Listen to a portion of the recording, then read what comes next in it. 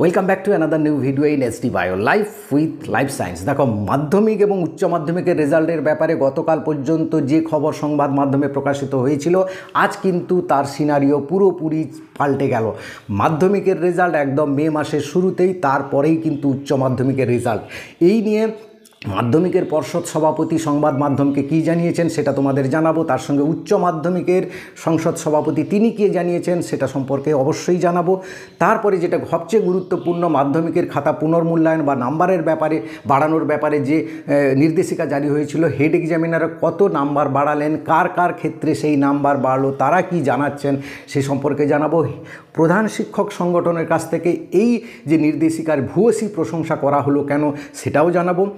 এবং উচ্চ মাধ্যমিকের ব্যাপারে কি এই রকম কোনো নির্দেশিকা আসতে চলেছে, এই সমস্ত আপডেট কিন্তু তোমাদের শেয়ার করব। অবশ্যই ভিডিওটা শেষ পর্যন্ত দেখো, ভালো লাগলে লাইক করে বন্ধুদের শেয়ার করে দিও। দেখো, সংবাদ মাধ্যমে যে খবর প্রকাশিত হয়েছে, মে মাসের শুরুতেই মাধ্যমিক ফল নিয়ে তৈরি কিন্তু সংসদ, তিনি জানিয়ে দিয়েছেন। দেখো, সুপ্রিম কোর্টের নির্দেশে 90 দিনের মধ্যে রেজাল্ট বেরোতে হবে, সেই 90 দিন হচ্ছে 12ই মে। কিন্তু পর্ষদ সভাপতি তিনি জানিয়েছেন যে মে মাসের কিন্তু প্রথম শুরুতেই তিনি রেজাল্ট দিয়ে দেবেন, কারণ তাদের রেজাল্ট আপলোড পুরোপুরি সম্পূর্ণ হয়ে গেছে। শুধু বাকি রয়েছে যেটা জানা যাচ্ছে হেড এক্সামিনার কাছ থেকে, যাদের নির্দেশিকা দেওয়া হয়েছিল যে নাম্বার বাড়ানোর ব্যাপারে, কিছু কিছু ছাত্রছাত্রীর রোল নাম্বার পাঠিয়ে দেওয়া হয়েছিল যে হেড এক্সামিনারদের ক্ষেত্রে। তো তাদের হেড এক্সামিনাররা কী বলছেন সেই ব্যাপারে, না হেড এক্সামিনাররা জানাচ্ছেন যে সকল ছাত্রছাত্রী সমস্ত বিষয়ে পাস করেছে কিন্তু একটি বিষয়ে ফেল, তারই রোল নাম্বার যে বিষয়টা ফেল সেই নির্দিষ্ট শিক্ষকে বা হেড এক্সামিনার কাছে পাঠানো হয়েছিল যে এর খাতাটা পুনর্মূল্যায়ন করে নাম্বার বাড়ানো যায় কিনা দেখার জন্য। সেক্ষেত্রে কিছু কিছু ছাত্রছাত্রীর কিন্তু নাম্বার বেড়েছে বা তারা পাস করেছে। আরও একটি যেটা নির্দেশিকায় ছিল যে সকল ছাত্রছাত্রীরা প্রায় সমস্ত বিষয়ে 90 বা 80 অ্যাবাভ ভালো নাম্বার পেয়েছে, কিন্তু একটা বিষয়ে অনেকটা কম নাম্বার পেয়েছে, 50, 30, 40 এরকম নাম্বার পেয়েছে, তাদের সেই খাতাটা যেটাই কম পেয়েছে সেটা কিন্তু পুনর্মূল্যায়ন করা হয়েছে।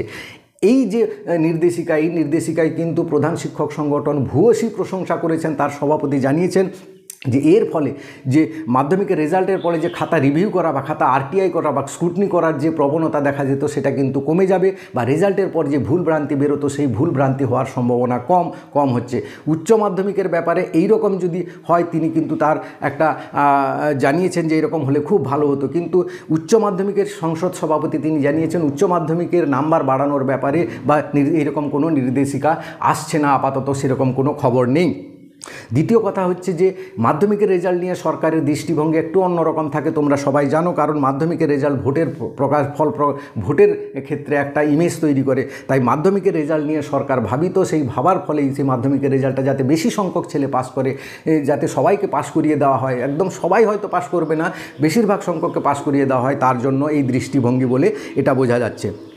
এবার দেখো, উচ্চ মাধ্যমিক শিক্ষা সংসদ সভাপতি তিনি কি জানিয়েছেন, তিনি জানিয়েছেন যে সরকারি আমাদের ফল প্রকাশের জন্য আমরা কিন্তু প্রস্তুত, অনলাইনে মার্কস রেকর্ড হয়ে গেছে, সরকারি অনুমোদন পেলেই কিন্তু অনলাইনে ফল প্রকাশ করে দেওয়া হবে বলে জানিয়েছেন। অর্থাৎ মাধ্যমিকের রেজাল্ট কিন্তু মে মাসের 2 তারিখ, 3 তারিখ খুব সম্ভবত ইলেকশন রয়েছে, তাহলে 3 তারিখ বেরোবে না, 4 তারিখ বা 5 তারিখের দিকে কিন্তু মাধ্যমিকের রেজাল্ট, 2 তারিখ না হলে 5 তারিখ, এই দুটো ডেটের মধ্যে রেজাল্ট 100% বেরোবে।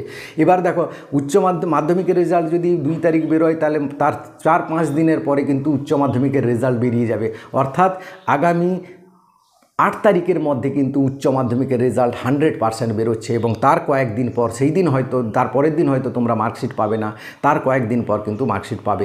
তো 2 তারিখ কেন বলছি আমি, 2 তারিখের কোনো ইলেকশন নেই, সেই জন্য 2 তারিখটা সবচেয়ে গুরুত্বপূর্ণভাবে বলছি। 2 তারিখ বেরোবে, 2 তারিখ, 1 তারিখ ছুটি রয়েছে, 2 তারিখ না বেরোলে কিন্তু 4 তারিখ অবশ্যই বেরোবে বা 5 তারিখ অবশ্যই বেরোবে।